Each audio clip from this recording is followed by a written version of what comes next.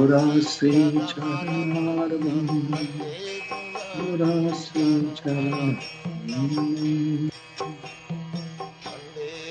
Murasri Charanarvam, Murasri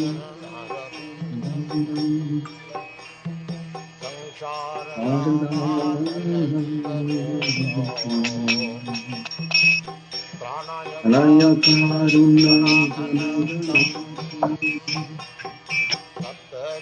Sakamana Murasri Charanarvam.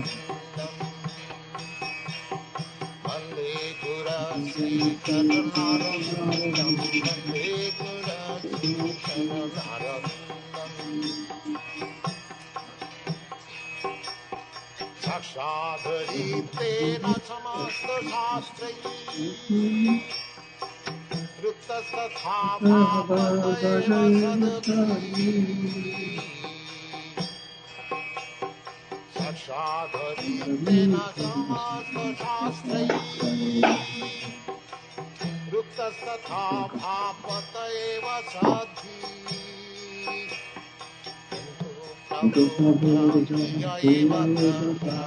Vande Guru Charanarvindam To Prabhu Priya Eva Vande Guru Charanarvindam Samsara Dhamma Loka Pranaya Padma Ghana Ghanadam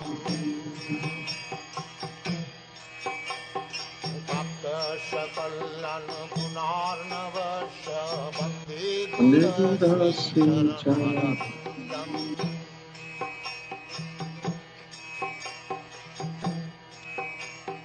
Jasa Prasadat Bhagavat Prasadat Yasya Prasadat Nagati Kutopi Yasya Prasadat Bhagavat Prasadat Yasya Prasadat Nagati Kutopi Dayam Stubham Dasya Jasasya Sandham Dayam Stubham Dasya Jasasya Sandham Vande Guru Charanarvindam Vande Guru Charanarvindam Vande Guru Charanarvindam Vande Guru Charanarvindam Samsara Dhamma Loka Pranaya Ghana Ghanadam Shakalan Punarnavasha Vande Guru Charanarvindam Vande Guru Charanarvindam Vande Guru Charanarvindam Vande Guru Charanarvindam Vande Guru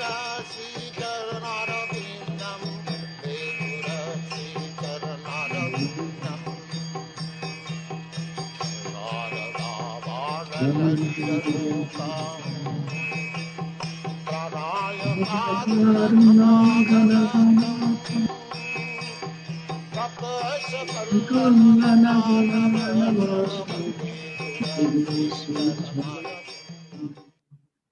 Vande Guru Sri Charan.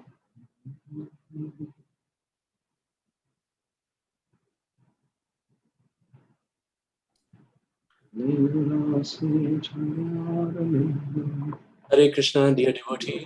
Hare Krishna, Pran Govind Prabhu. Please accept our humble obeisances. Hare Krishna.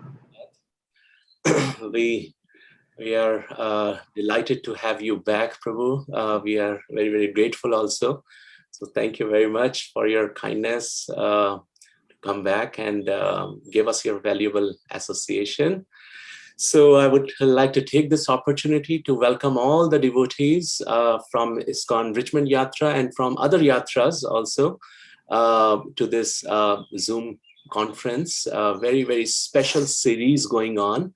So we are doing a 3-part series on morning sadhana, and we know how important this subject matter is to discuss. And who can speak this better than His Grace Prana Govinda Prabhu? Prana Govinda Prabhu is a very senior practicing devotee Vaishnava, a Varishta Vaishnava in our movement. He's been practicing for almost 5 decades. And he's based in Alachua right now. Since 2003, he's been there.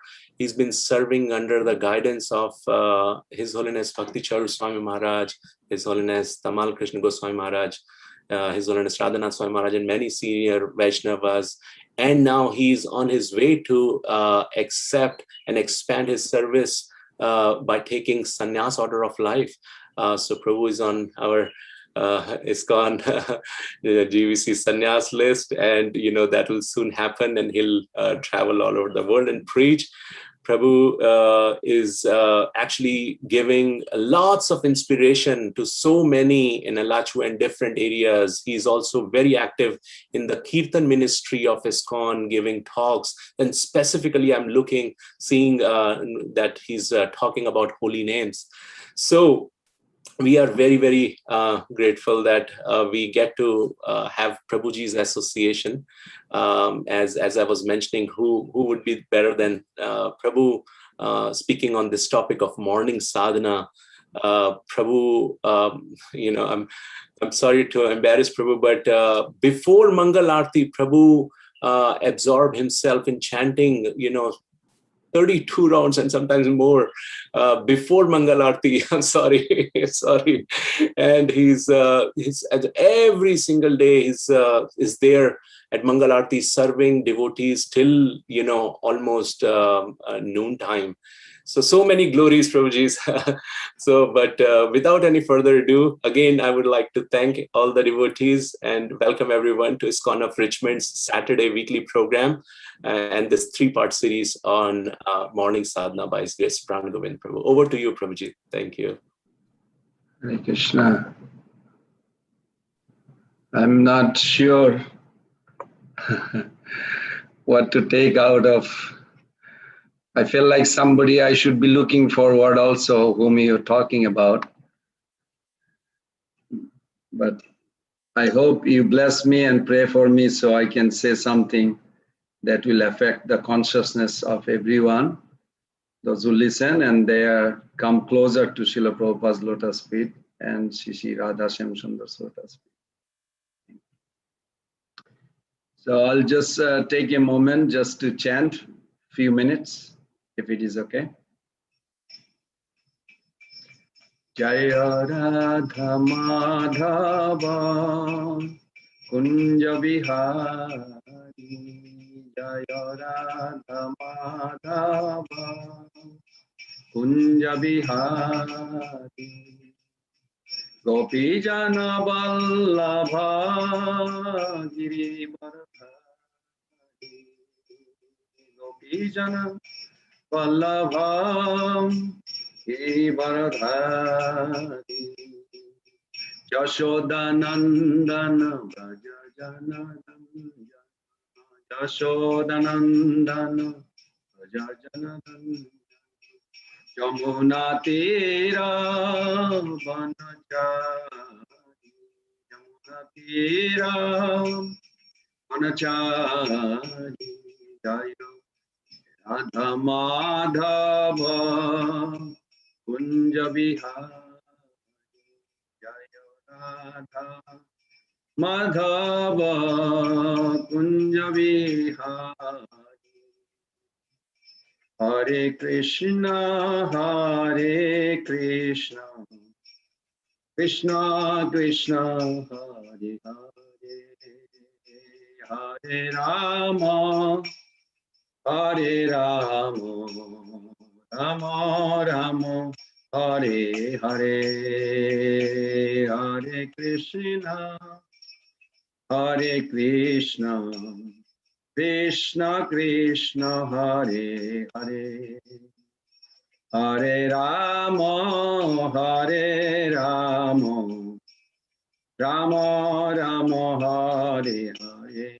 Jaya Prabhupada, Jaya Prabhupada Jaya Prabhupada Jaya Prabhupada Jaya Guru Deva Jaya Guru Deva Jaya Guru Deva Jaya Guru Deva Gaur Pramanande.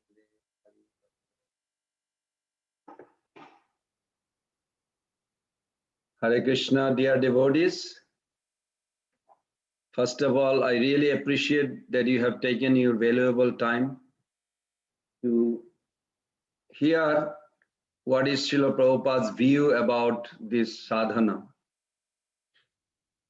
So I would like everybody to participate in a little meditative Mangalacharan. Wherever you are seated, sthane sthita srutigatam tanuva manovi. You please remain seated, but in your subtle body, you please collect some flowers. And we would like to offer some flower to Srila Prabhupada's lotus feet and to his Guru Maharaj all the way to Mahaprabhu and Radha Krishna. So please join together and offer flowers. But make sure the flowers are fragrant. Our subtle body is very important. That's why our consciousness gets purified, and that takes us connection to Krishna directly.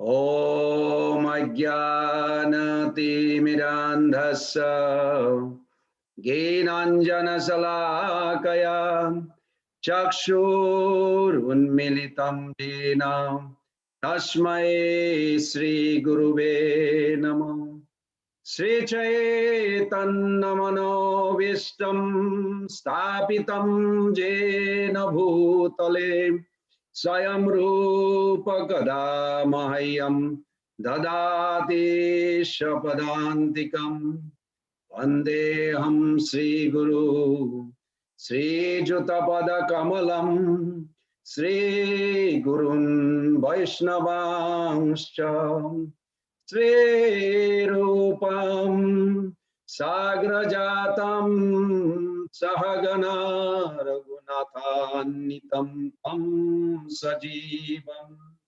Sadaitam Savadhutam Parijana Sahitam Krishna Chaitanya Devam Sri Radha Krishna Padan Sahagana Lalita Sri Vishakha Nitangsha Nama Om Vishnu Padaya Krishna Prestaya Bhutale Srimate Bhakti Vedanta Swamini Tinamine Namaste Saraswate Deve Gauravani Pracharine Nirvishesha Sunnavadi Paschata Deshatarine. Please offer flower to each other, because these are all sincere, serious followers of Prabhupada. Those who are in the Zoom or anybody nearby in your family even, do not consider them children or wife or husband. They are all devotee, belongs to Prabhupada and Krishna. Vancha kalpataru vescha kripa sindhu vacha patitanam pavanebho vaishnavebho namo namo. Sri Krishna Chaitanya Prabhu Nityananda Sri Advaita Gadadhara Srivasadi Gaura Bhakta Vrinda.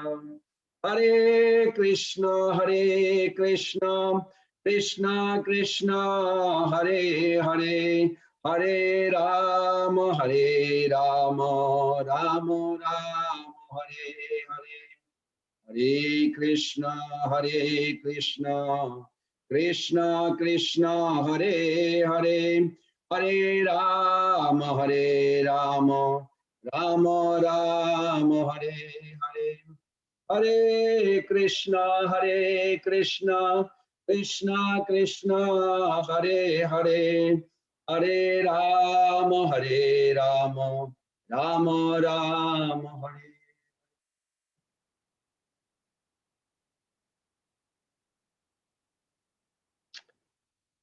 Dear devotees,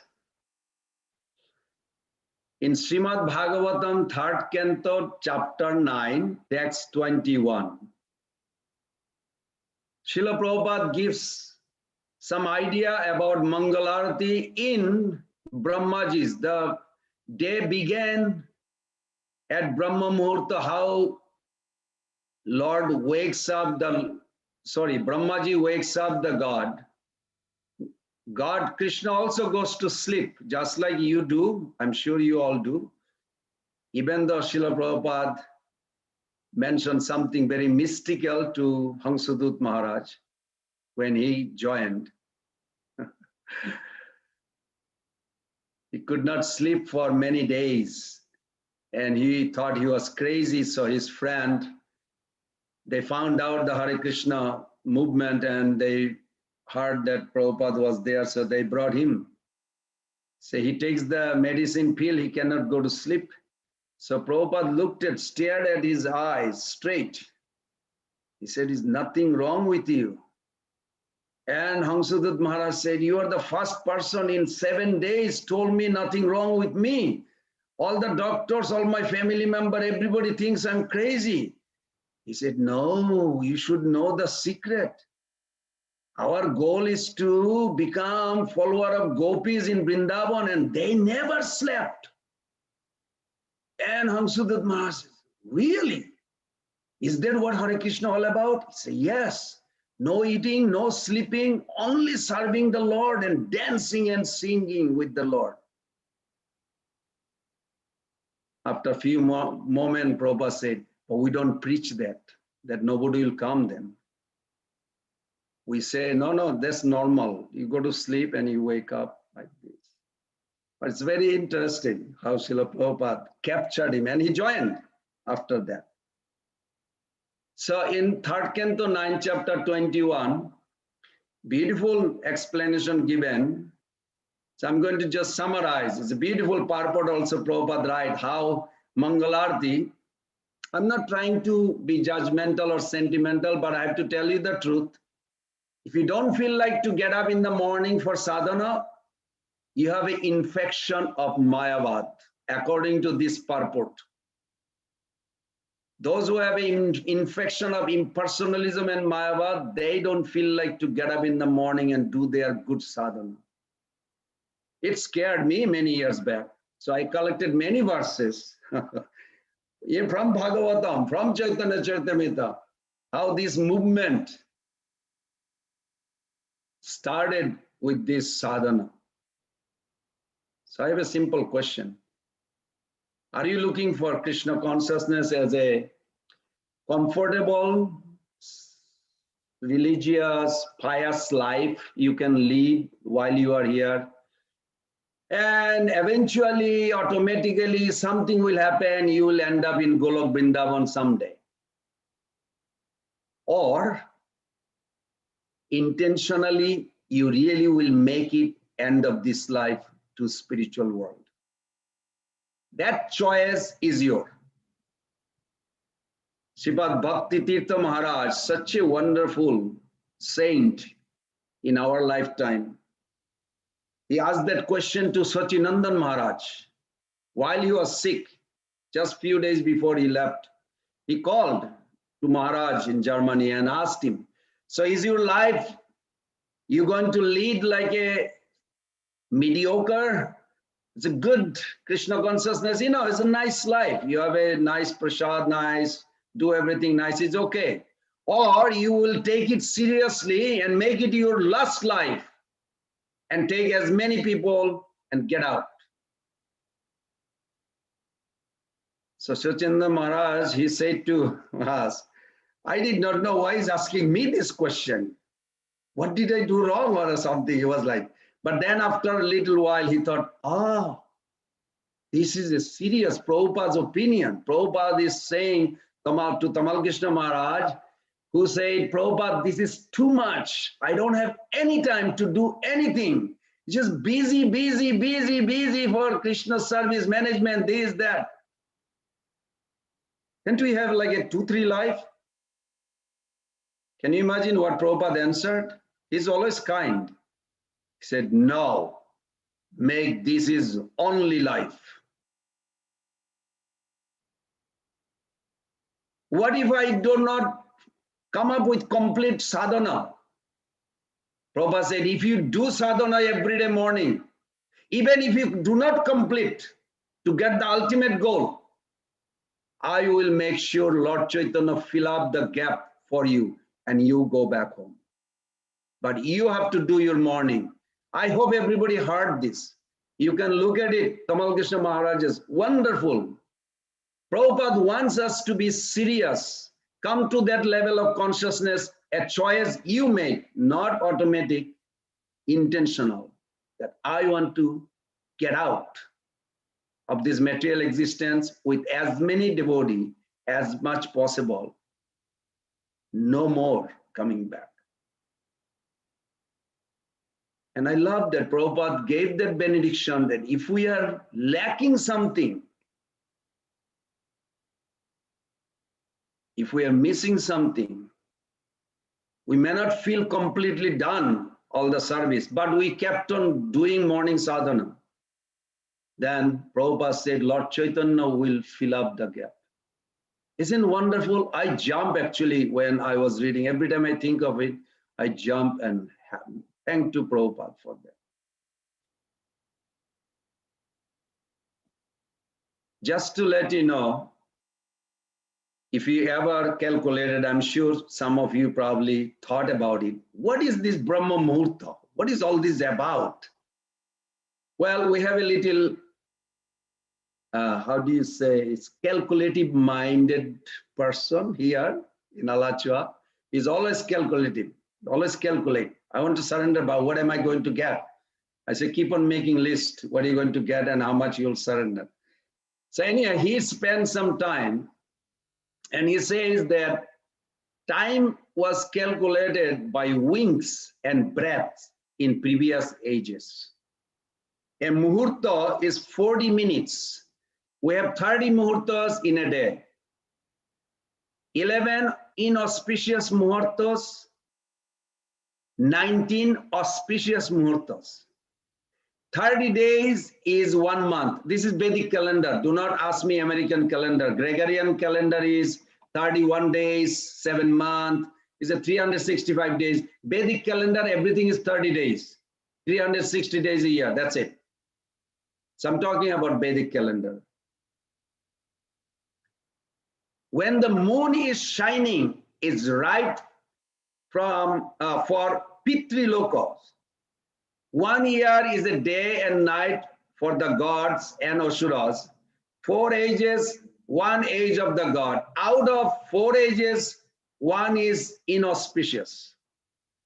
Now, Pitri Muhurta is inauspicious.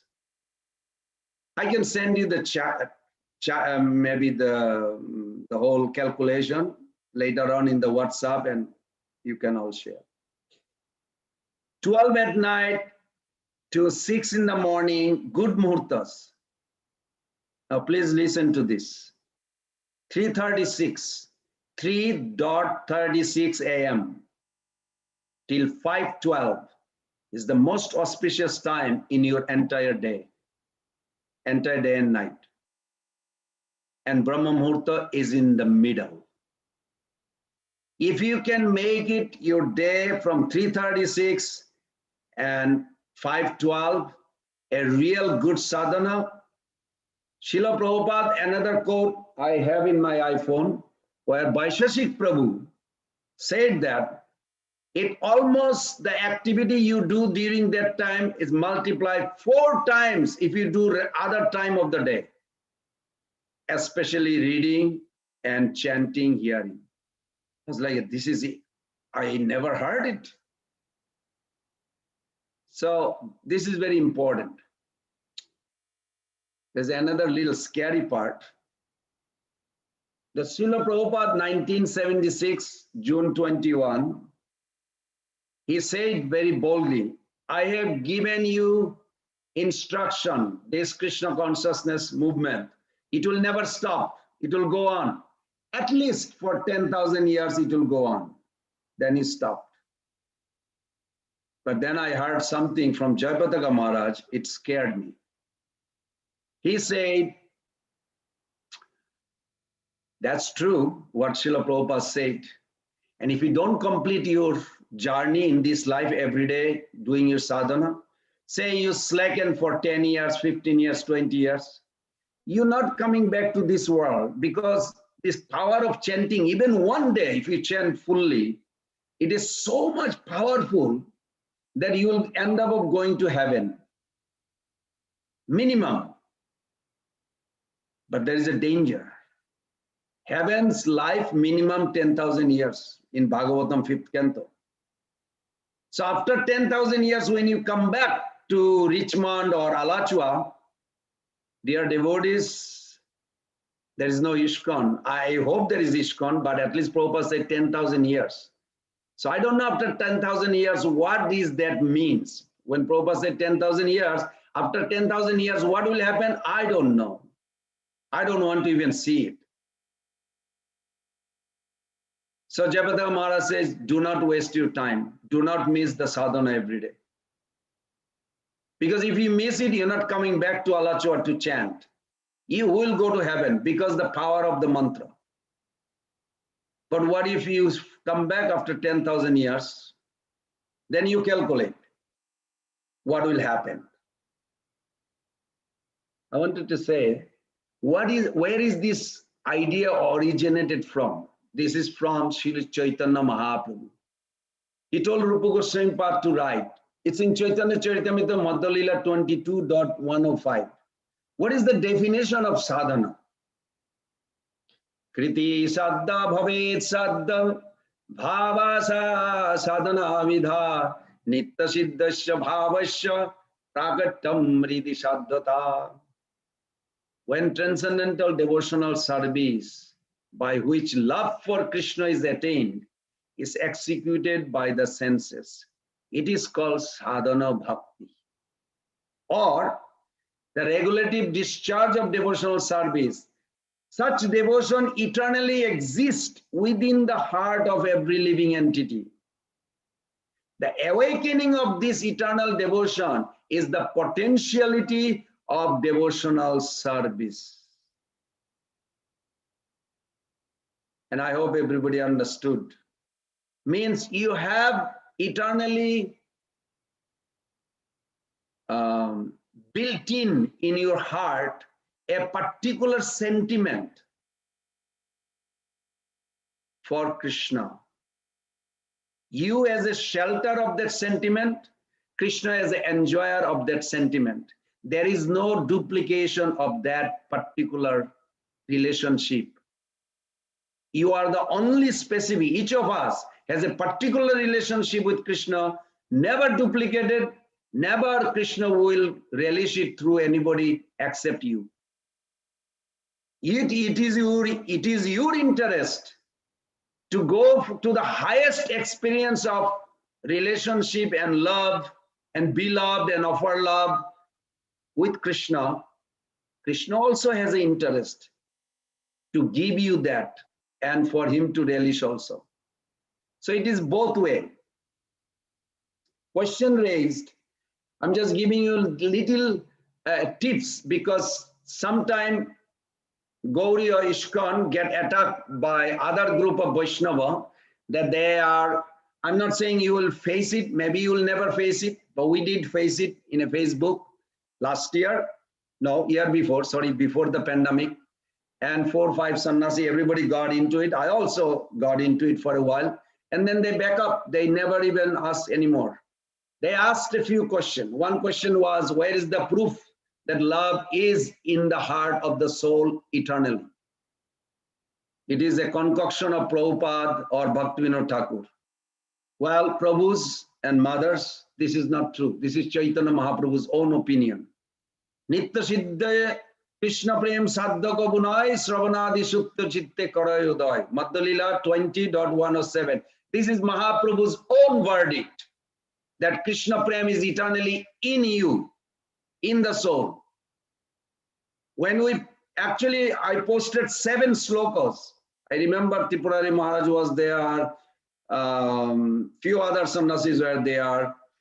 And we never heard from those group. We respect those Vaishnavas, but do not find any fault in our Guru Parampara because there is none. But in case if you ever face, you have a little backup just to in case. Now there was another question also raised. How can sadhan bhakti, which is performed using senses which are impure, be categorized under pure bhakti? So then explanation also given by Jiva Goswami Pad on his Guru Rupa Goswami Pad sloka. Just as preliminary purifying actions for performing sacrifice are included within the terms sacrifice. Though technically they are not part of the sacrifice, sadhan bhakti is also categorized under uttam bhakti. And it is nectar of devotion, very clearly Rupa Goswami Pad says. It's not Prabhupada's opinion. Prabhupada only following of Rupa Goswami. He's a first-class Rupanuga. And all the Vaishnavas in the world, they have a respect to Rupa Goswami Pad. And then they should develop a respect to Prabhupada because he is the first-class Rupanuga. In order to distinguish this sadhan bhakti from forms of bhakti that involves direct realization of the Lord, the word sadhya bhav is used. Sadhana ends with attainment of bhava. The intention of including sadhana executed using the senses in bhakti is to show that bhakti is produced only by bhakti, not by anything else. To say Bhava appears is like saying Krishna appears in the house of Vasudeva, but is not produced out of matter. The emotion and action of Bhava are all eternal and spiritual, not material, because their appearance in the future will be accomplished by the extraordinary action of the most excellent transformation, Sambit and Ladini, of the Lord's Sarup Sakti. Then they ask the question, if Bhava is eternally present, then what is the meaning of Guru Krishna Prasade Pai Bhaktilata Beach? You already have a love for Krishna, then why do you need Guru Krishna's mercy of bhakti? Dear devotees, if they read the commentary of Jiva Goswami Pad on his Guru's instruction, it means that one attains sadhana by the mercy of Guru Krishna. Srila Prabhupada writes on that, dormant devotional service to Krishna is within everyone. Simply by associating with devotees, hearing their good instruction, chanting the Hare Krishna mantra, dormant love for Krishna is awakened. In this way, one acquires the seed of devotional service. Now, example is given. While you are listening, you can examine your heart. Srila Prabhupada gave an example. Krishna consciousness is like a fire in a log. Just imagine yourself as a wood, piece of wood, lumber. And fire is in the wood. In other words, love for Krishna is within you, but how it exposes? If anyone is under tamogun, you ever heard the word called ignorance, tamogun? Like, I don't like to chant, I don't like to hear, I like to sleep. These are called tamogun. You don't feel motivated to do your sadhana. This is tamogun. So Prabhupada compare, that's like a wood which is soaked in water. You put a fire, outside fire comes and try to ignite the fire within the wood. And guess what happened? Prabhu, that Mataji was not nice to me. That Prabhu was not nice to me. Prasadam is too much salt. Oh, Prabhu, this place is dirty. Oh, they gossip all the time. Mind is buggling, finding fault and this, that.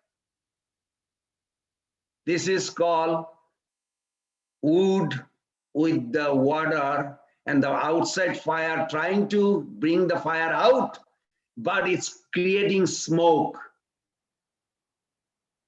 Have you ever seen you put the fire from outside to a wood which has a lot of water? It creates smoke and it irritates. It's not a good smoke. You don't want smoke, you want the fire. But before fire comes, smoke is produced. So much unnecessary stuff come out.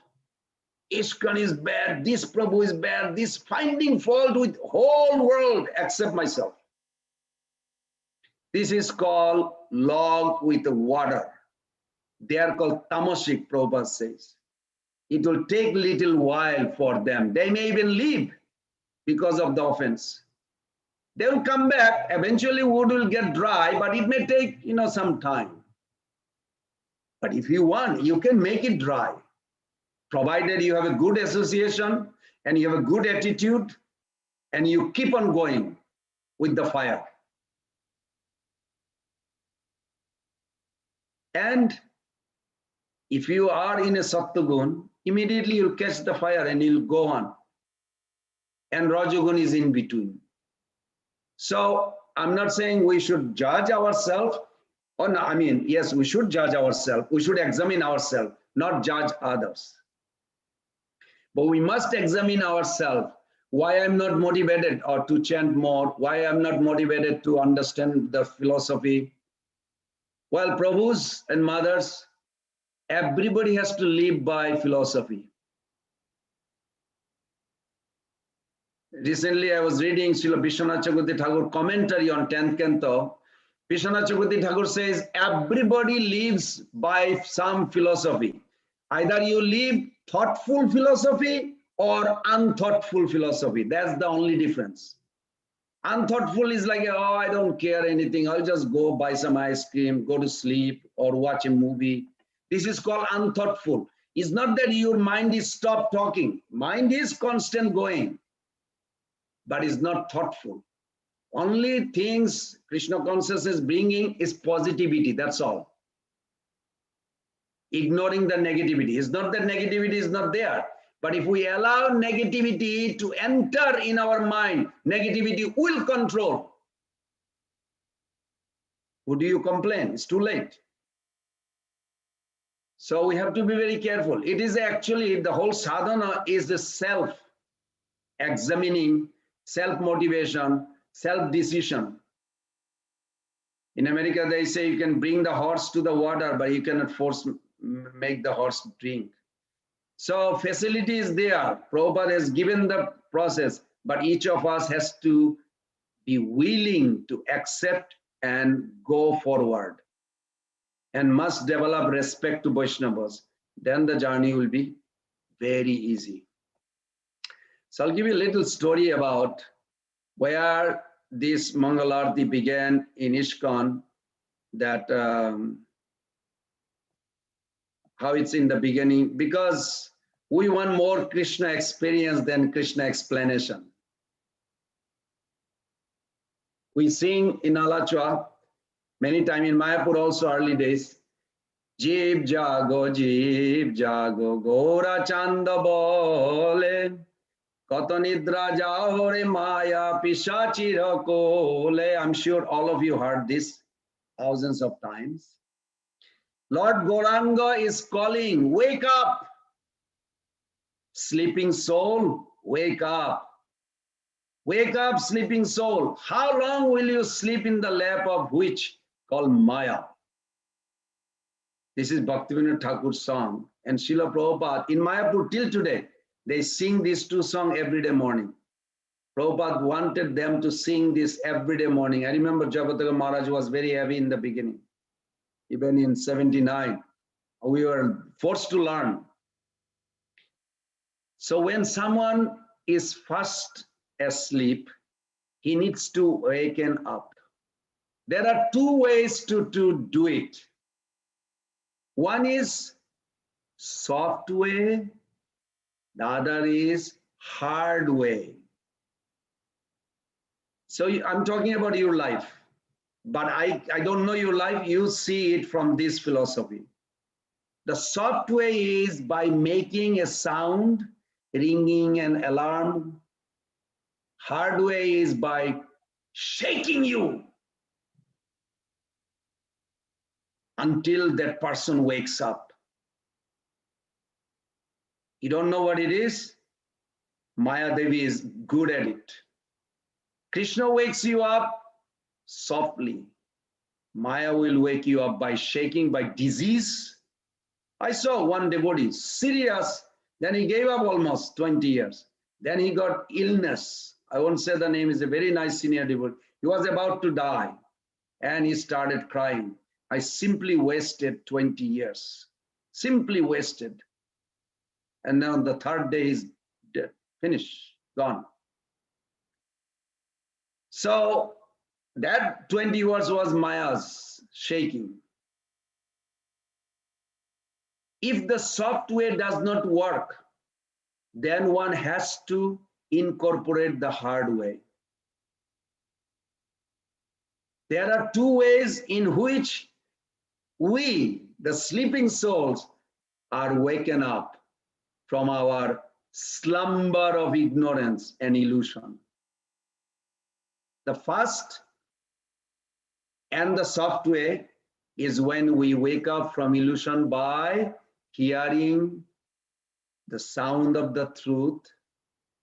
You all are, I'm sure you all are woke up. I don't see any picture falling asleep. Even though I used to fall asleep during the class, I remember early days. I still probably, but I try not to.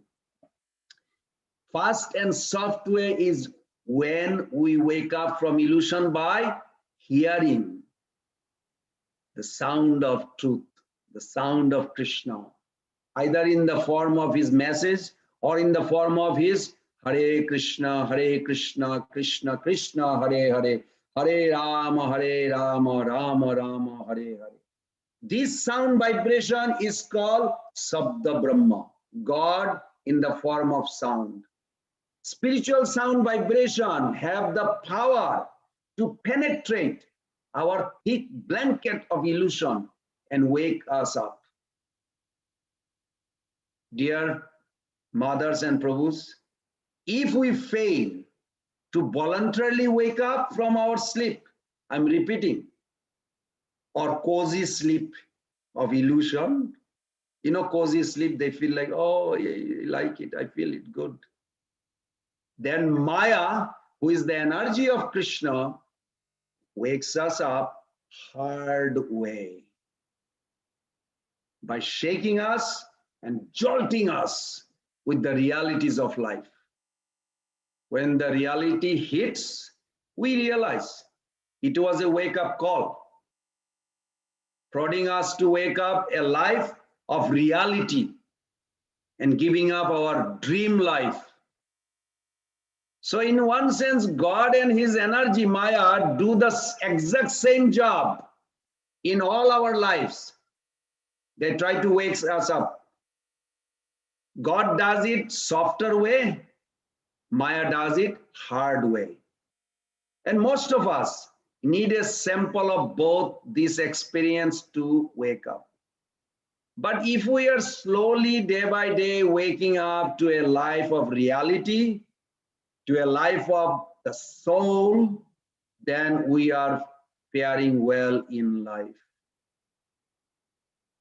We may be slow waker, that's okay, but let us not be, excuse me, adamant sleeper. Do you know what is adamant sleeper? Don't want to wake up. Prabhupada said when he was in India before he came to America, the Indians were like this. They treated him. They are pretenders sleeping. Then it's difficult to wake them up. One devotee asked, could someone please post the scriptural significance of performing Mangalarti? So as I mentioned, because of, I'm also looking at the time, that in the morning, I'm just going to give you a little story. If you ever wonder what happened to Brahmaji, the first living being and first creator, he's still the first creator, and he still does the Mangalarti every day, just to let you know. If you want, you can join. Before Chaitanya Mahaprabhu came, the Vaishnavas would not go from the Holy Dham straight. They would go to slowly to Brahmaloka, and end of Brahma's life, they enter to Vaikuntha. But when Chaitanya Mahaprabhu and Vrindavan are also revealed in this day of Brahma, it is very special, very rare, that we can just enter to another planet, another universe where Krishna is actually performing Leela right now. From Richmond, you'll go, all of a sudden take birth in a place where, oh, there is a little baby boy born or baby girl born. And Madhumangal say, really? Wow, let's see. And Madhumangal probably 3 years old. And you grow up, he's your like elder brother. You have no idea that you are already with the eternal associate. Such a jubilation. It's such a fascinating. Read Krishna book 28 chapter. Prabhupada talks about how this journey will take place. Middle part to the end, Prabhupada said, after you die, I mean, after you leave this world, you enter to a planet where Krishna is performing Leela. And from there, Krishna will accept you. Until Krishna accepts you, your journey is not over. Our whole idea is that to draw attention of Krishna and he accept us. And it will take place because we are following Prabhupada. So Brahmaji, he also wake up, but the Lord is still sleeping. Why? Because Brahmaji has to prepare the whole morning bath and everything, brushing teeth.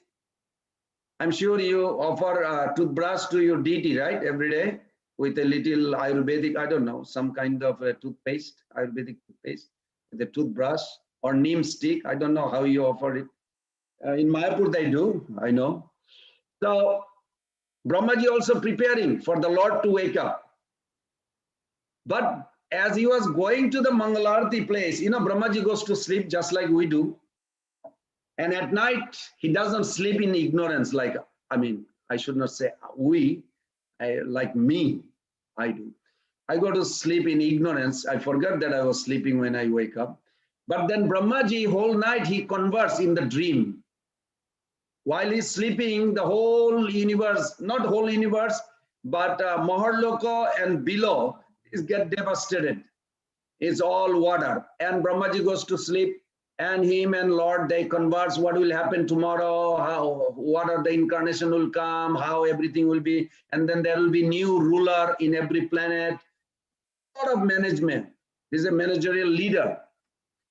While conversing, then he wakes up, and then he's preparing the plate for Mangalarti and everything. All of a sudden, he is about to go to the temple where Lord is resting. There's a giant two demon. You think you have a trouble in your life for morning sadhana? Brahmaji, he still have a problem. I don't know, not every day Mangalarti, but someday. It's recorded. And Brahmaji was so paranoid. He immediately started to call out, but guess who is there? Nobody.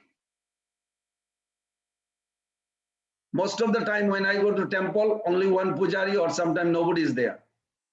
Because it's little early, too early, you know. So Brahmaji went there and I could relate.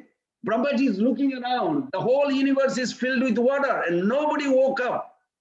I mean, he's supposed to wake up the deity and then slowly everybody, the water will go down and again the planet creation starts. But two big demon, giant demon, they saw the Lord is sleeping and they want to devour the God. And Brahmaji didn't know who to call, so he started chanting the name, Hare Krishna, Krishna Krishna, Hare Hare, Hare Rama, Rama Rama, Hare Hare. Then Jogomaya appeared in the sky. What happened? You are the pujari, you wake up the deity. How can I wake up? I cannot even enter in the temple. There's a giant two demon. He wants to destroy the temple and everything. I hope it never happened yet. Hope never seen like that. But it happened to Brahmaji. So Jogamaya, see, this is very interesting. Jogamaya is not saying, okay, I'll arrange, don't worry, I'll kill them or something. He said, what do you want? Well, can you wake up the Lord to kill them so at least we have a peaceful Mangalarti? Okay, Jogamaya goes, my Lord, please wake up, wake up. I'm sorry, there is no music and, welcoming, lullaby song to put you sleep and a nice wake up music. But sorry, today just warning, you need to put on your dress to kill a demon right now. Oh, what happened? So he comes out, the Lord comes out, he sees this big, good giant demon, Madhu and Kaitava. And they said, what's going on here? Who are you? He said, I'm just curious, who are you both? He said, we are who want to rule the whole universe. Oh, under whose guidance? We are the all in all. So they had no idea that they're talking to the Vishnu. So they went around, like in a circle, try to have a fight. Then they had a fight. They fought for 5,000 years. Can you imagine 5, or you can consider 5 hours, fight with the demon and the devotee, forgot about Mangalarti and everything. But after that, Lord says, wow, you both are good fighter. So really, we never met anybody fight as good as you. What is your name? He said, my name is Vishnu. They're so blind that they didn't even recognize that this is Vishnu they're talking. By his power, they became the giant demon. So then these two demons, they said, because you gave us good fight, we want to give you blessing. The demon wants to give blessing to God. And Lord is such a wonderful. He said, really? It will be great. Can you give me some blessing? Say, sure. What blessing you want? He said, please, just agree that you will give. Say, yes, we keep our word. Okay, give me a way to kill both of you. What? This kind of blessing, how to kill both of us? Okay, because we are that kind of a nature and big personality, we keep our word. You can kill us if you find a place where no water, because the whole world was devastated underwater. Now, no water. So the Lord, of course, they didn't know that part, that Vishnu's omnipotency. He immediately grew giant body, and his thigh became above the water. How many zillion miles, I don't know. It didn't say how big that body is. So then he picked up both these demons above his thigh and killed them. That was the end of the inauspiciousness. Then Brahmaji did Mangalarti. And there was a recitation of, because he woke up also all the sages, they went to sleep whole night. Whole night means 4,320,000,000 years they sleep. I don't mean like a sleep like ours, but it's a good sleep. We don't need that kind of sleep. We want to get out of here. So with that note, we should always remember this Dibbanam Prabhu was playing this Srila Prabhupada's Gurbastakam. And there's 2 records, I believe, at least 2 records in the Veda base I found. It's very beautiful. And the melody, everything is such a wonderful. But the beautiful point was mentioned about Mangalarti, that Srila Prabhupada, these 8 prayers glorifying the spiritual master, composed by Vishwanath Chakravarti Thakur, the singing should be led by most qualified in terms of singing ability. Ability to sing, like Prabhupada was singing. I don't know if you know that devotee, Chandan Acharya Prabhu, were doing kirtan in one room in Boston. And another room also, I thought there was another place where it's recorded. Prabhupada was there singing and playing mridanga both times. He was singing and playing mridanga, Prabhupada. There was another record of this Sangsara Dava Nalalila Loka. In Nectar of Devotion, it says, no one can touch the deity other than properly initiated person. Singing should also be done by someone who has properly understood the purpose of the Krishna consciousness movement. In other words, he should be a true devotee, not a professional singer. We should always keep in mind, we are not looking for a professional melodious tune. We're looking for their feeling for their guru, for Prabhupada.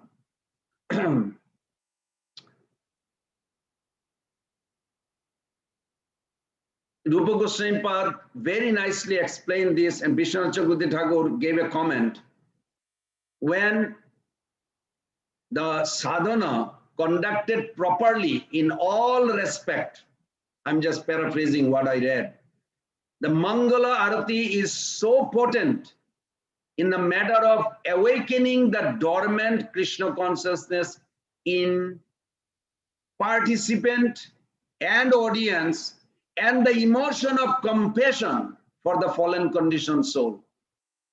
Three things happen when you attend the morning program. Your Krishna consciousness is awakened, audience are also benefited, and the emotion of compassion for the fallen conditioned soul also happen. Independent of their knowledge or ignorance of the language of the prayers or any other condition. This is very important, we should remember. Now, I would request you all to read also Krishna book 70, chapter 70, where Krishna does morning sadhana every day. Would you like to ultimately go and serve Krishna? Well, you better start here. Krishna never sleeps during Brahma Muhurta, just to let you know. Show me anywhere, any scripture shows that Krishna, I can show you. I'm talking about Prabhupada's writing, and I looked at Bhagavatam also. Chapter 70, it says Krishna wakes up every day during Brahma Muhurta and he does this morning sadhana. How does he do it? Okay, little brief, I'm sure you heard this.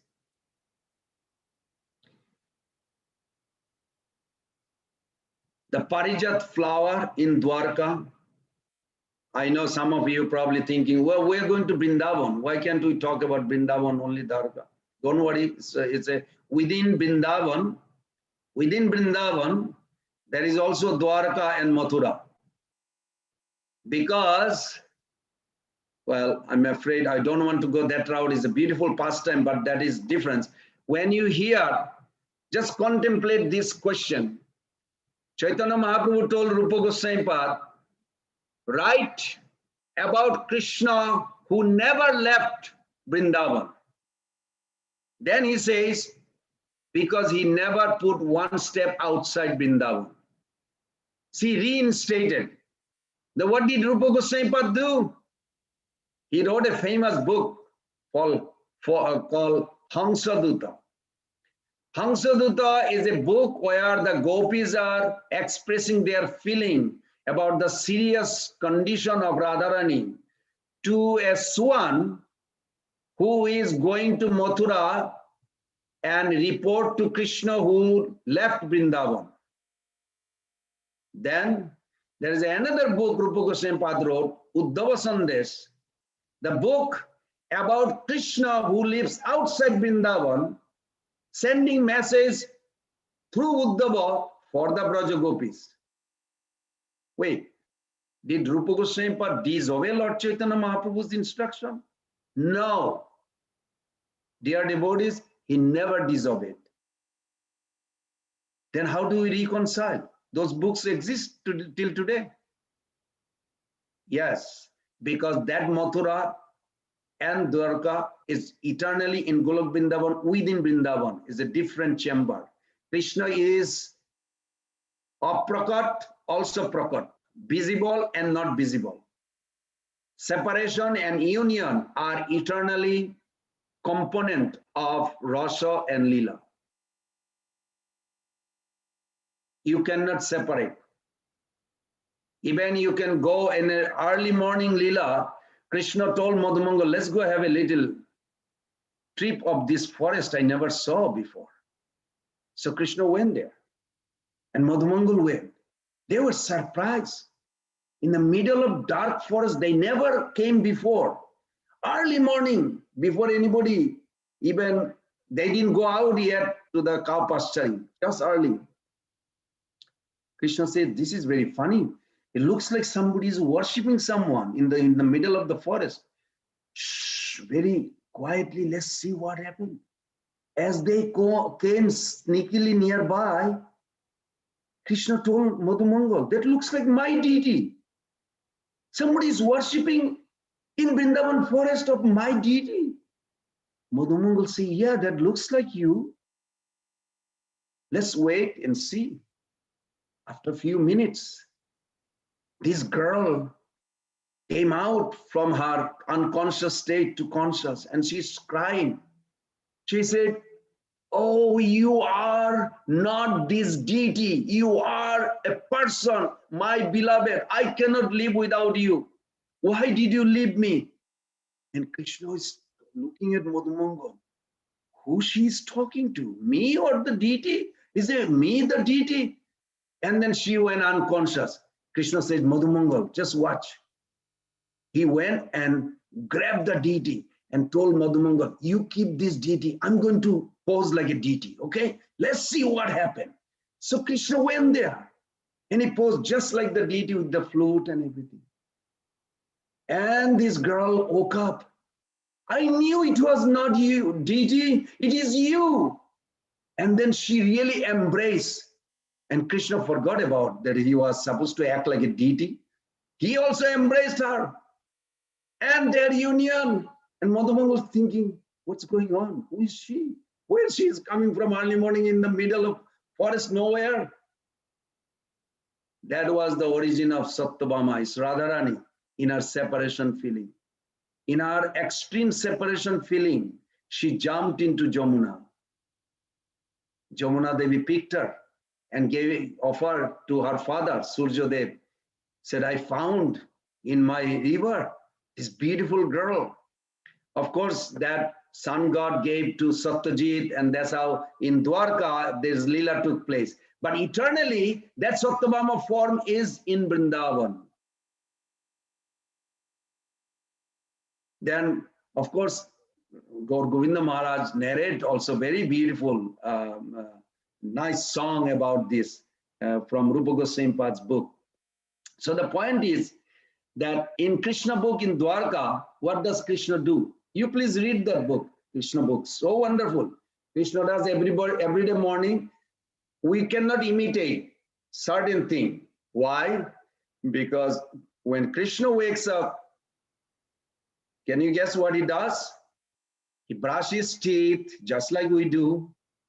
He take bath, put on a new dress, and then he meditate. And then Prabhupada said, but he meditate on himself. We should be careful not to meditate on ourselves. We should meditate on him. But he has nobody else to meditate to, so he meditate on him. That's very funny. So that's the only restriction you have. Don't meditate on yourself, meditate on Krishna. Otherwise, everything Krishna does, we should do. So this morning sadhana, Krishna does this every day. Whether you like it or you don't like it. But if you decide you want to serve Krishna eternally, not live in the material world,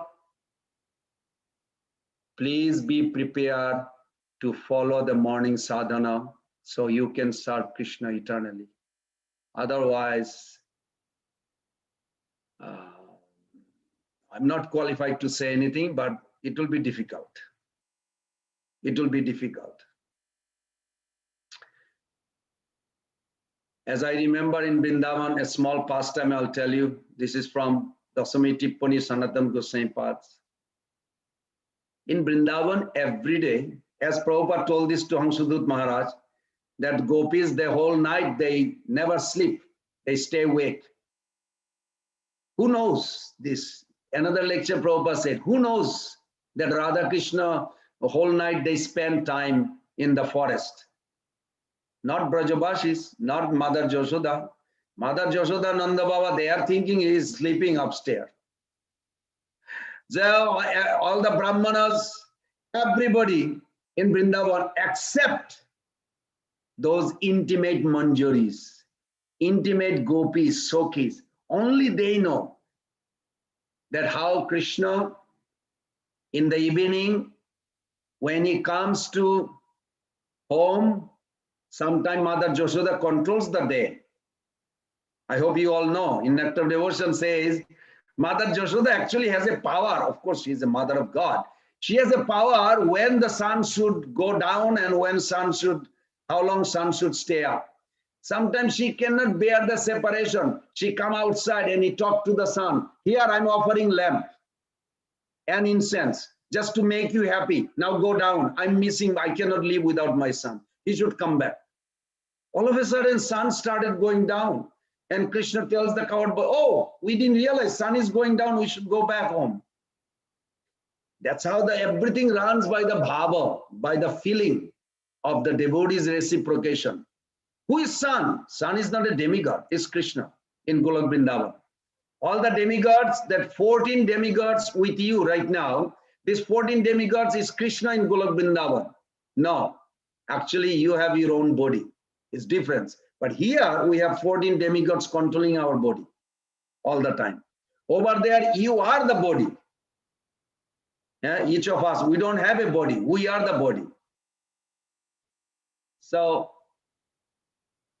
every evening when Krishna comes back from pasturing field, it's a beautiful scenario take place. How Krishna, what he did whole day, coward boys started singing. And they grow in a group of dancing. Prabhus and mothers, learn how to dance while you are in ISKCON Krishna consciousness. Because eternally, there is a dancing, singing. That's the life we have. It's not a static, just become like a statue forever. No. Dancing, chanting, this is what this Mahaprabhu's movement is. 3.5.24, if you look at the Bhagavatam, Prabhupada write the purpose of creation. Purpose of creation, to give you opportunity to learn how to dance.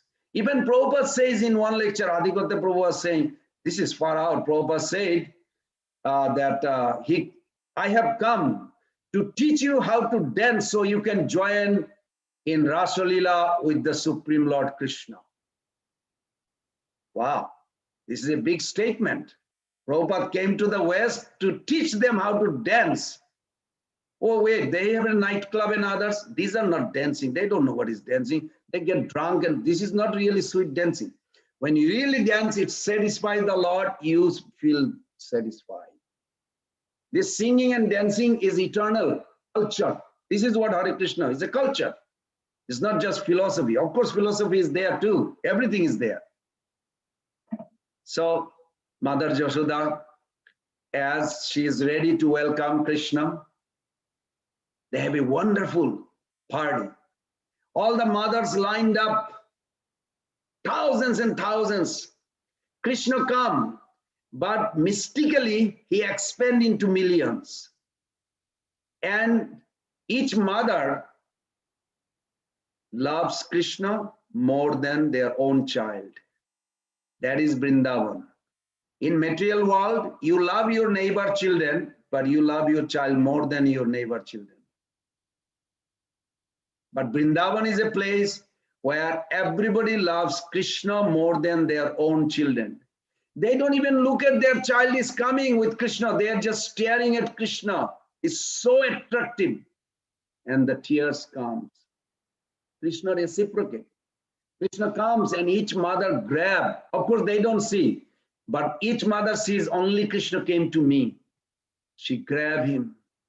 And they both cry. And Krishna tells, oh, today you gave this pakora. It was so delicious. I gave to your son, but I could not let him eat the whole thing. I grabbed it again and put in my mouth. Can you make it tomorrow? Say, sure. Say, please. And she's thinking, okay, I need to get busy for cooking for tomorrow. So that's how Krishna reciprocates. At one point, each mother sees through the corner of their eye, the mother Yashoda is waiting. And they know he belongs to her. So they let him go and they're looking at him, and then each mother picked their own child, and the child and her both looking at Krishna, bidding farewell. Finally, Krishna arrived at the gate. And they were beautiful. Why Krishna so attractive that none of the insect, bees, can stop looking at Krishna or landing on his face, on his body. I'm sure you heard Prabhupada says, Krishna is the most beautiful. But amongst entire beauty, his face is still more beauty than the entire body. And his smile is still above everything. So when Krishna smiles, there's a zillions of bees and the bumblebees and everything wants to just jump on Krishna's smile. So what Krishna does, put a cornica flower to distract them. Hey, I'm there, not here. So this way, that's why Krishna dress also like this. Cornica flower is not a flower, it's actually another devotee protecting Krishna. Takes the form of a flower. It's a whole show is so wonderful. Finally, Mother Yashoda received him, but there's so many bugs. So she said, bring the dhuna. Dhuna means the incense. So she goes with a big incense around his body, around his toes, make sure there's no bugs like landing and not letting him go. Of course, she's not thinking they are devotee. She knows she's thinking out of affection. They're just like a bugs, and my son has to be free from all this. He comes from a jungle, forest, cow pasturing field. So there is a big incense goes on. Our Acharya sees this. Then another Manjari comes with a lamp. And goes every part of the toes ring. Is everything okay? They're checking with the lamp. Every limbs of the body. This is called Arati, Sandharati. Every day Mother Yashoda does this Sandharati. And every part of his body, his beautiful face is so attractive. So she goes like at least 4 times. So we go 4 times. Then we go 7 times. Because she goes 7 times. That's why we follow. If you ever wonder, like, where is these rules coming originally from? Because that's how she does. She feels comfortable. Okay, after 7 times, okay, my son has no more bugs. And why she goes with the lamp? Because sometimes he wrestles with the boys. Sometimes the gopis are also meeting.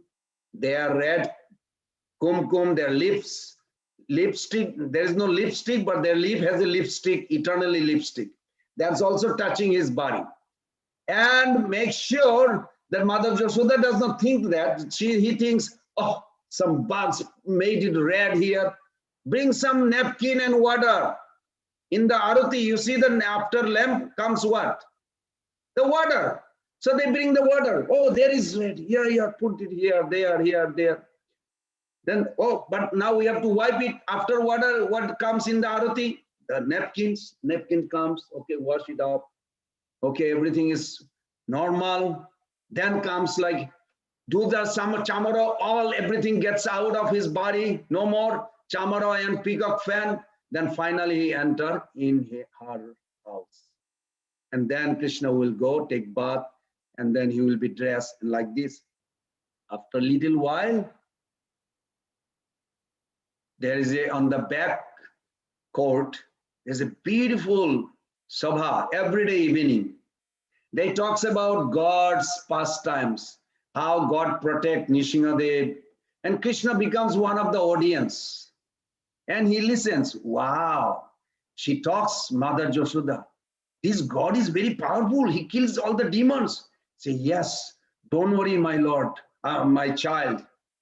This Lord, we have a photo, we have a statue, we worship Nishingadev. And he will protect you. He'll protect everybody. Krishna says, I like that God. Yes, yes.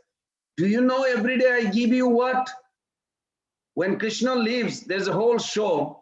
At one point, so wait, Mother Yashoda says, it's not ready. the Nishinga Kabacha.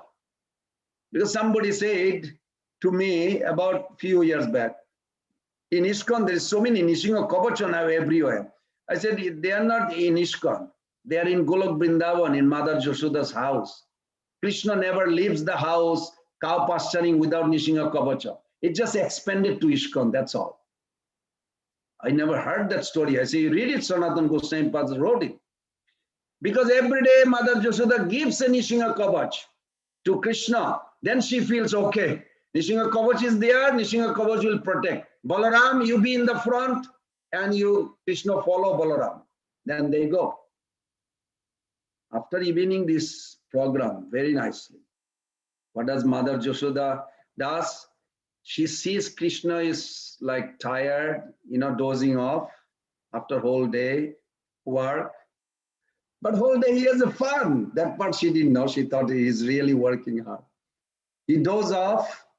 So Mother Jashoda said, okay, let the Harikatha go on, but my son is time to go to sleep.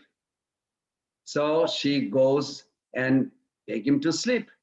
And when he goes to sleep, at one point, Mother Jashoda feels very comfortable. There's a beautiful pastimes that how she sing lullaby song, how Krishna reciprocate with Mother Jashoda.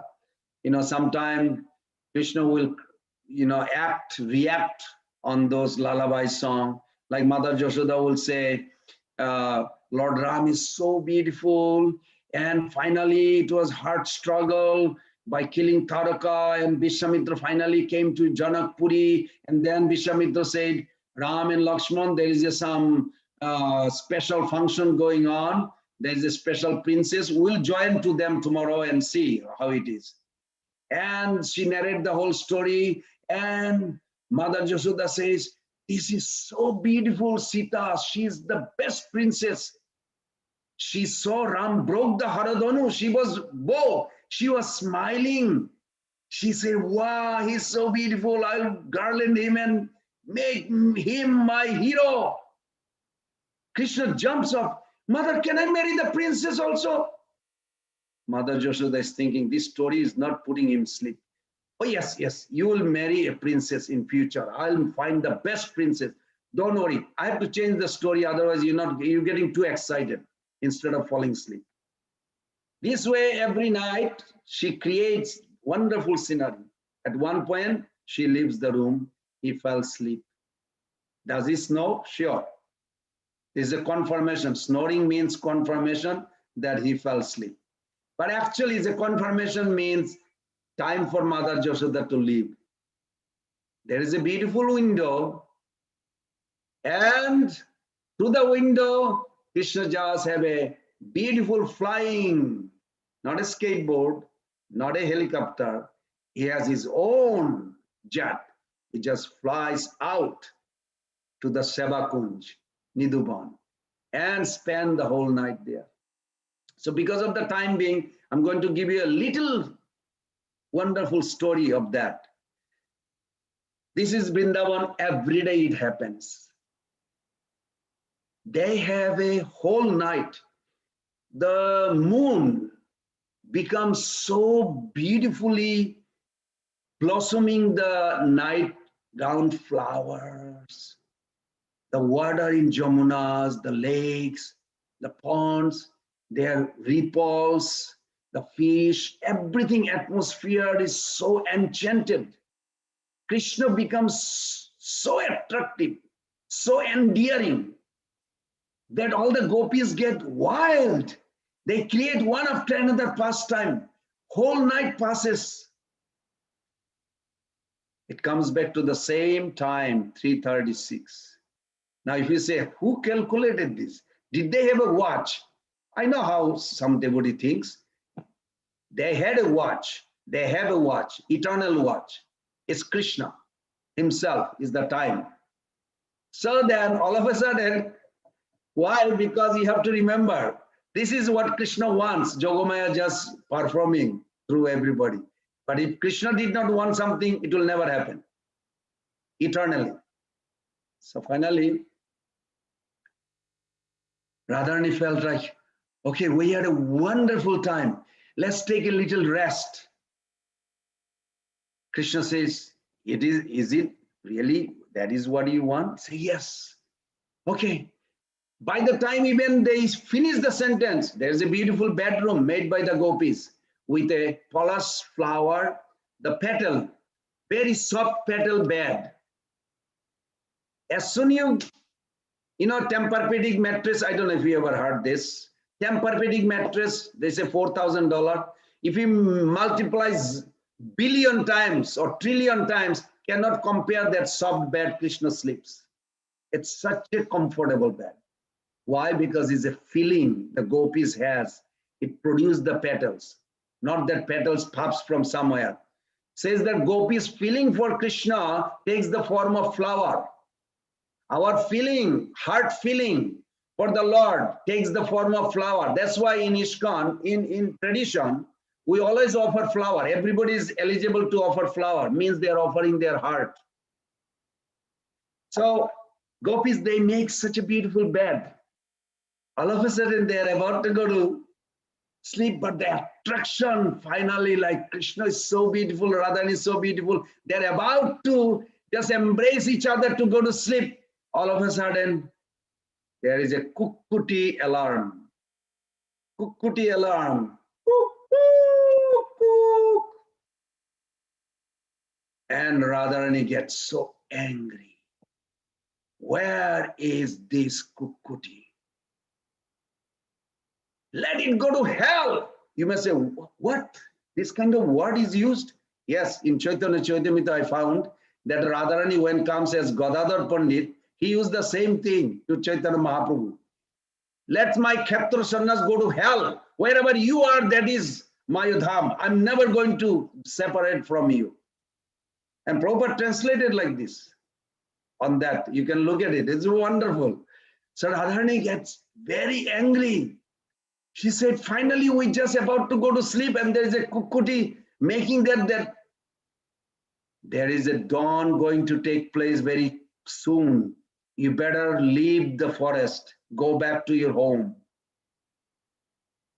Sometimes Radharani say, I don't care, I'm just going to rest with him. But then the kukkuti comes out with a strange sound. Can any one of you think what it could be? Jatila! Ah! Jatila! It is such a panic alarm. Radharani said, why like this? Then all of a sudden her entire 22 moods that attracts Krishna so much. In Antolila, Prabhupada, in 7th sloka, Prabhupada gave a beautiful explanation that in the public road, when Krishna actually make Radharani as a prominent figure, Radharani is so joyful. Out of billion girls, he loves me. She's so happy. At the same time, Krishna wants to touch her cheek. And he said, don't touch. What will happen if public pass by and see I'm a married one? I want you to touch, but don't touch here. So she is like going completely opposite, emotional. I want him to touch. I want him to be with me. But why on public road? Can't we just go somewhere? It was expressed by Vishwanath Chakravarti Thakur that when Krishna left, Radharani was crying and she gave us so many wonderful explanations. One of the explanation, I remember it says, she said, I was about to express him what I want to do. I want to just grab him and run away from the public face in a hidden place, forever live with him. Well, that idea is there, but there is a planet where Radha Krishnas are eternally married. It's not that they are not. There is another abode there. Jiva Goswami Pada explained that within Vrindavan there is a different chamber. Every thought they have is also exhibit. At that time, Radharani's all the emotion feeling to be with Krishna is inseparable. She becomes so overwhelmed, she does not want to leave him. And Krishna seeing this, his beautiful blue effulgence coming out from his body, just to make effective to her that I don't want to live without you for a moment. And as Radharani is expressing, her yellow effulgence coming out, her body is made of this golden Tapta Kanchana mood, Mahabhav. Then the blue and the green, when mixed together, what happened? More green, beautiful kunjo and everything manifesting all around. That time the mood for each other is such a pinnacle. Lalita Sakhi gets overwhelmed. Oh my God, I never saw they're so beautiful. So beautiful. They are tremendous attraction for each other. Sakhi's Manjaris come quick. But it is a jungle. That time moon plays the game with the mood. Everything runs by mood. Just like a night light you have when you go to sleep, you turn off switch. Rukmini Devi has her mind has a light connection. Hey, go down. He needs to go to sleep. The light automatically goes down. When she wants brighter light, automatically as she thinks, it goes like this. The switch is in her mind. Similarly, Jogomai has like this. As soon as Radha Krishna's beauty came to a pinnacle, so extreme attraction for each other, that time the moon also going down. Hardly anybody can see. Lalita Sakhi say, where is the lamp? Where is the lamp? Then they saw all these bugs are trying to attack also. This is what Mangalarti is. The Lalita Sakhi takes the incense, dhuna, they call dhuna, frankincense. In Mayapur they do. And they try to remove all the bugs so that they can see this beautiful, divine, attractive, so charming, irresistible beauty of Radha Krishna for each other. Lalita Sakhi says, remove the dhuna, I need the lamp. So they go every part of his body to see how beautiful they are. Then she give the lamp to Bisaka, then Chitta, Champaklata, Tungabidda, like this one by one. All the Manjari take the lamp and they through the lamp they see the beauty. You wonder why we share the lamp in the temple? Same thing, same reason. That lamp is so glorious. Through that lamp they see the divinity, the divine couple, the beauty. Unbelievably, extremely exquisite. That time they do all this morning puja that we do in our temple. They do exactly same thing. Now, some of you may be thinking, well, these are wonderful pastimes. But when it comes to my level, I feel like doing what I don't feel like doing is not necessarily being superficial. How to understand, how it is relevant to us. Because sometimes this question actually asked, because I am a person like I poke sometime in the, many devotees, senior devotee, Prabhupada's disciple. I purposely question them just to see, I want to get benefited, that benefits them also. Why should I practice Krishna consciousness when I don't feel like doing it? Well, you still do it. No, I don't want to do something superficial. I don't want to do it for show.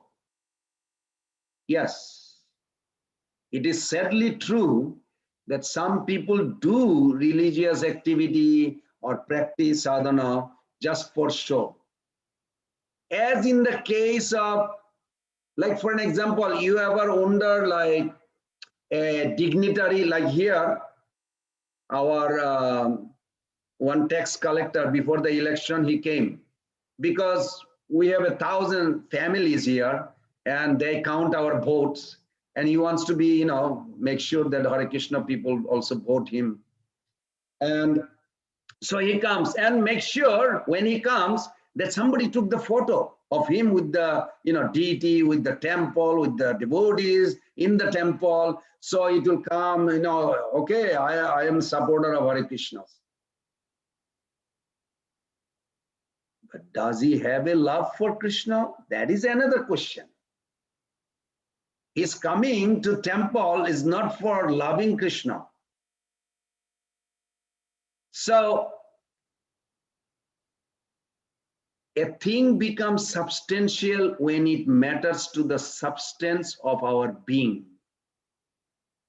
When we start practicing Krishna consciousness for connecting with Krishna, that is the most substantial activity we can ever do.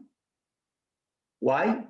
Because Krishna is the ultimate substance, the foundational reality. So we, at our core, substance are soul, who are his eternal parts. Even if we don't feel like practicing chanting every day or morning sadhana, if we keep practicing it, please remember this, if we keep practicing it, then we are doing just the opposite of being superficial. We are going deep to the very substance of our being, our soul, which has an innate longing for Krishna, a longing that is presently covered by the impurities present in the mind, which is actually superficial to us as soul. That's why this literature on Bhagavatam states that those deeply fixed in their spiritual identity see the moody emotions that have come and go in their mind as superficial. Instead of being swayed by those superficial emotions, they subject those emotions to a two-pronged attack.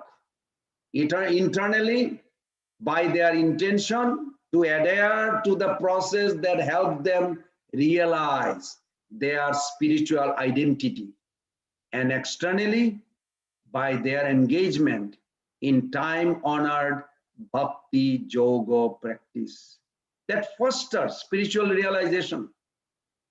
And this way we can go beyond superficiality, not by rejecting external action because we don't feel like doing it, but by rejecting inner emotion when it does not harmonize with what we truly aspire for. This is very important.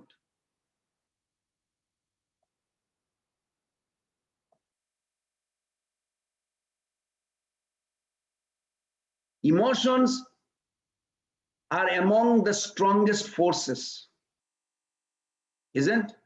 That shapes our actions and our life at large. Unfortunately, emotion can easily make us impulsive, leading to actions that we regret. And I saw in my life also many thoughtful devotees caution against letting ourselves become controlled by our emotions.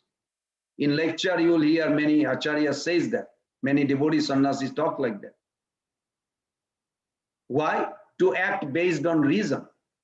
Some spiritual path dim all emotion illusory and vision spiritual perfection as a state of consciousness beyond all emotion.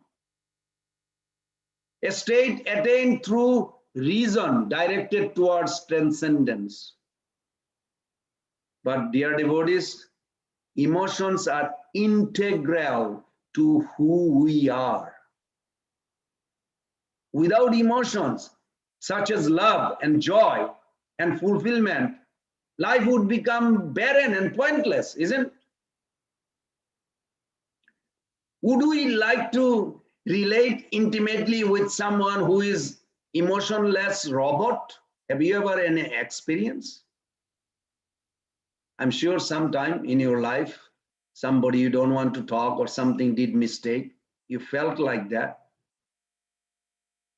Leave alone connecting closely with such a person. If someone called us an emotionless robot, I don't know if anybody did to you, we would usually consider it an insult. So even if we resolve to curb emotion using reason, Reason is not always sufficient. Emotion often overpowers reasons. That's why Prabhupada's commentary acknowledges both the pitfalls and potential of emotion by placing them in a multi-level inner hierarchy. And it explains that our inner world comprises a mind that is the locus of most of our emotions, and the intelligence, that is the locus of much of our reason. Significantly, it states that our essential identity lies beyond both emotion and reason. So what's the conclusion? We are at our core soul, servant of God, Krishna. And when we have association like this or discussion, the wisdom and animated by the process of bhakti, we all can rise our consciousness beyond the emotional and rational levels to the spiritual level. And when we situate as a dispassionate observer, it is not that we go beyond emotions themselves, we go beyond being controlled by emotions. So I'll end here that we can nourish our healthy emotions, neglect our unhealthy emotions, and we can resolve emotional tensions. In other words, to resolve emotional tensions, situate yourself as a dispassionate inner observer and channel the power of emotion constructively. I did not want to, I mean, I had a one thing other day I was thinking to mention you that if anybody ever slipped out from the sadhana bhakti, morning sadhana, we should not become sentimental, think like, oh, they will be okay. Yes, they will be okay. But how their journey takes place, it may not be something any one of us to see it. And there is a true example of a personality is called Ram Goti Prabhu, a Bhakti Siddhanta Thakur disciple. I don't know if you ever heard the story of his life, who gave up Bhakti Siddhanta Thakur process of chanting every day. He got initiated and everything. He gave up the process. He went back to typical Bengali, eating fish, whatever, broke all the rules and gave up chanting, everything. Just in a 1-2 sentence, I'll tell you, at one point, this is later, 1933, he got initiated from Bhakti Siddhanta Thakur. Later, after 20 years back, all of a sudden, one day, he passed away. And his son was working in Guwahati. If you know Assam, a state in India, where he was, and Guwahati is like a 12 hours journey by train. So by the time his son, who was working in Guwahati, came back, they had to keep this dead body of that person, that devotee, for almost 24 hours by the time they went and came back. But the elder son, he remembers, all of a sudden it evokes his old memory. When he was a little boy, his father was a good devotee. And his father used to tell him, we should chant, we should always believe in Krishna and everything. But somehow or other, his bad association with some tantric Kali worshipper, he deviated and left Krishna consciousness, which is very rare. But in the West, we see also sometimes devotee just slips off. They don't do any sadhana for some time. It's the same situation. Well, that son, when he came back, he all of a sudden started emotional breakdown. He started crying. And his childhood life, he remembers, he said, Baba means father. How could you do this? How can you live? You're not chanting for decades. But you were, when I was a little child, you told me so many things. Now he started crying, and now you left. And he started crying, and he's holding his dead body of his father. In India, they put a fire like this piece of, lump of wood, and they put the dead body, and they put another layer of wood before they burn. As he was crying and crying and crying, and all of a sudden, his father woke up from dead body. This is a true story. It's documented, and I met the person. And then he came out. When he came out, and he told his eldest son. Now, of course, when he came out, the villager thought he was a ghost. So some of them, they got scared. They knew him, but they went a little far. They're watching, but they're not sure. Just 24 hours lying down as a dead body, all of a sudden is woke up and talking. He told his son, take me to the Gaudiya Math. So there was a Gaudiya Math in Guwahati. And then he went there. He lived there for 12 years more. And every day he would cry and write his what happened to him in these 24 hours. He wrote for 12 years that 24-hour journey, what happened to him. So journey in a short, in 1-2 sentence, that he saw Jamadutas. Now you may see like, okay, we are devotee, we'll never see Jamaduta. Yes, as long we follow the sadhana. But he deviated. Jamaduta did take him. While he was going through the the road, Srila Prabhupada writes in 5th canto, the distance of Jamaraja's place, now Prabhupada didn't say from America or from India, he says 792,000 miles. From where, I don't know, but it is there in Bhagavatam, you can see. And Prabhupada writes, the person whom they are taking, he feels like it never ends, that road. And for Jamaduta, it takes only a moment. They just grab him, the subtle body, and take him. So that time, from far distance, he saw there's thousands and thousands of people are in line. They're going one by one, and they are being taken to different location of hellish suffering. He started getting so fearful. At one point, he asked for some water. He was extremely thirsty. So they said, okay, you can drink from here. They're holding his chain. And as he looked at the place to drink from, that water is made of throw up, vomit with a pus and blood. He was like, unbelievable, I can't drink from it. He said, this is the only water available here in hell. So of course, finally he went and he saw Jamaraj from a far distance. Jamaraj does not come down for every person that coming in. They have their court and decision. Jamaraj is little far, he's watching from far, and everybody's going. But when he came nearby, Jamaraj actually came down. And he asked him one question. Do you have a guru? He was so deviated for decades, eating fish and all this, that his consciousness was like covered. Krishna consciousness was covered by illusion. That at one point, Jamaraj told him, do you know Prabhupada? And he just woke up. It was pierced to his origin, Krishna consciousness. He said, yes. He said, go back and do sadhana. That's why he opened his eyes, and that was 24 hours to others, the whole journey. He never went to anywhere. He lived in a temple, and he was crying every day, they say. And he wrote wonderful story about his realization.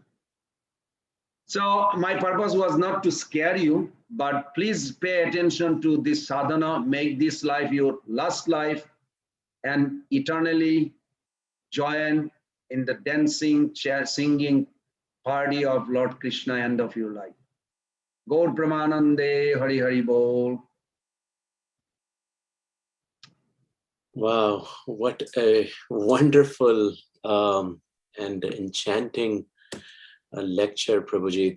Thank you very, very much. And how beautifully you stress the importance of waking up early in the morning and share the importance of Brahma Muhurta, and how beautifully you took the reference, how even Brahmaji, Krishna himself, and Gopis, Yashoda Maiya, everyone, does this Brahma Muhurta Aarti and Sadhana.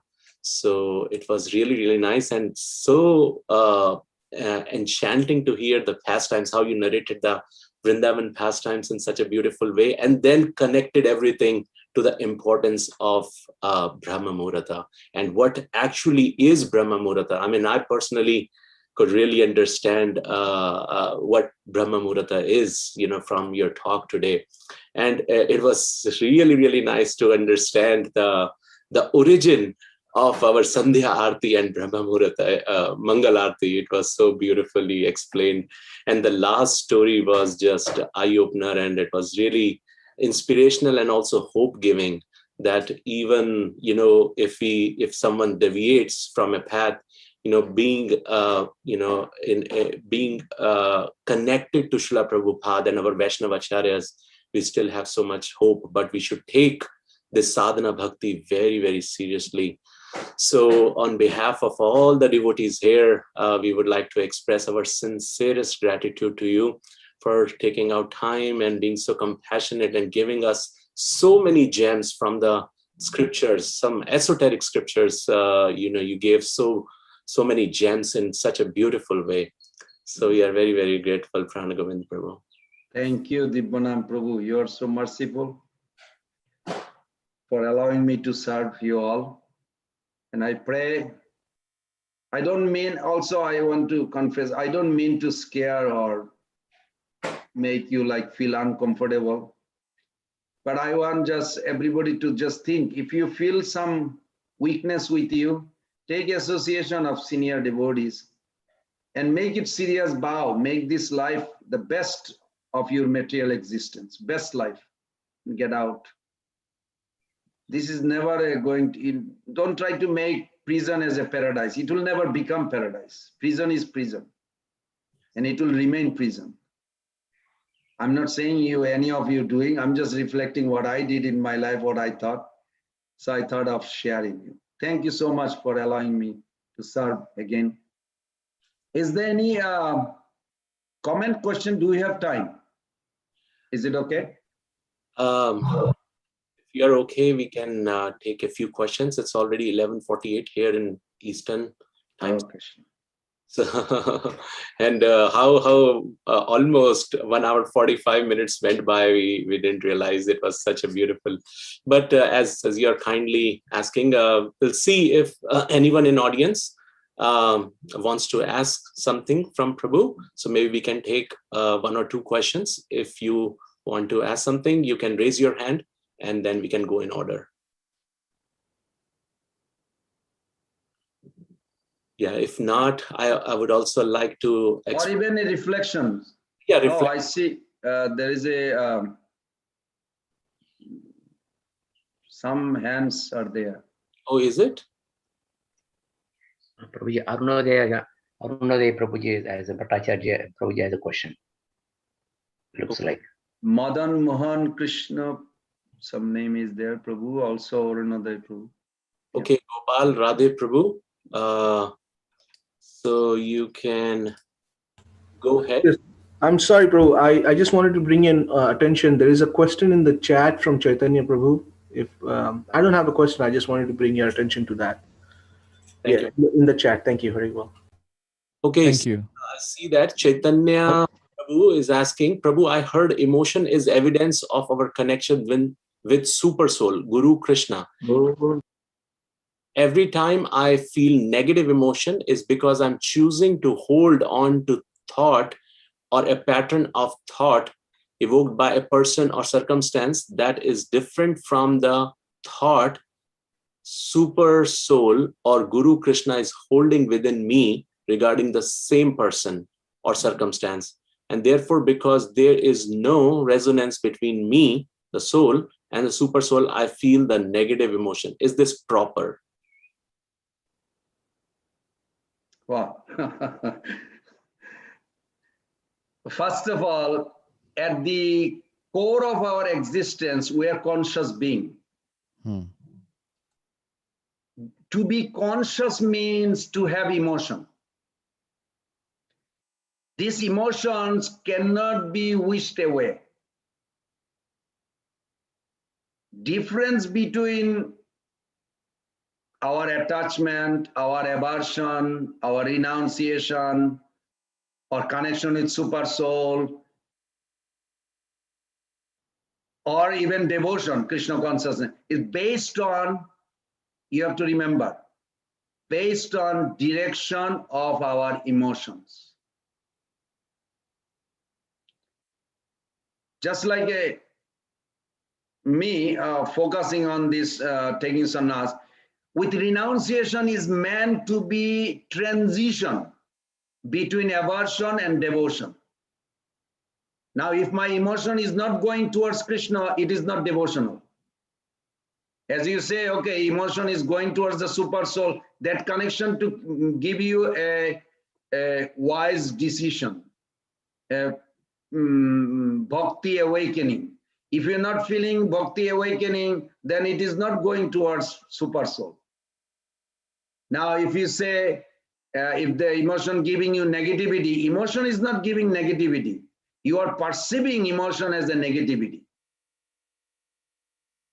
Just like I say, we may be in the dream, but we are not dream. We are separate from the dream. We are perceiving or maybe observing the dream. But emotion, when it is filtering through mind related to the material attachment, that can bring negativity, yes. That time what you do, it's easy. Take Krishna consciousness. Forced meditation, chant loudly, or go deep down within you to pray Guru Krishna. At that time, you will see positivity naturally will be awakened. You have that power. Within each of us has the power to decide. Arjuna had this negativity. No, Arjuna did not want to fight. But Krishna removed that by saying, with your functional identity, you come up with this. I am a Sana, I am a Kurunandana, or I am a Kshatriya. And Krishna came up with the third answer. He said, you are not Kshatriya, a fighter, or you are a Kurunandana, protector of this, your family and Gurujan. No, you are a soul.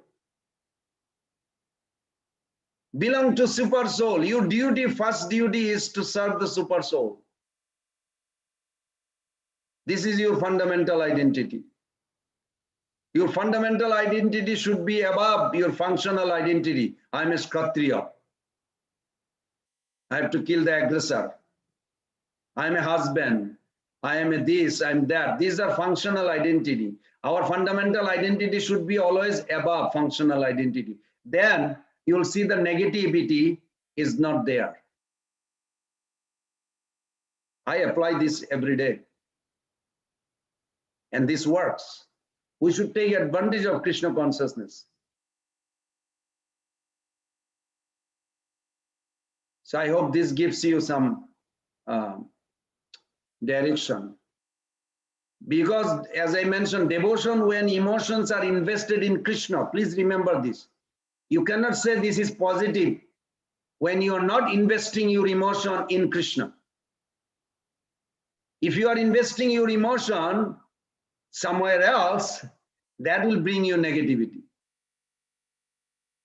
So what should you think? You should think Krishna is the stabilizer of material emotions and stimulator of spiritual emotion, both. Krishna is the stabilizer of material emotions and stimulator of spiritual emotion. Then what will happen to you? You will get unlimited returns, not just in quantity, but eternally also. This is what we are looking for. Positivity, when we say positive, positive means Krishna. That's it, Krishna consciousness. Without Krishna consciousness, everything is negative.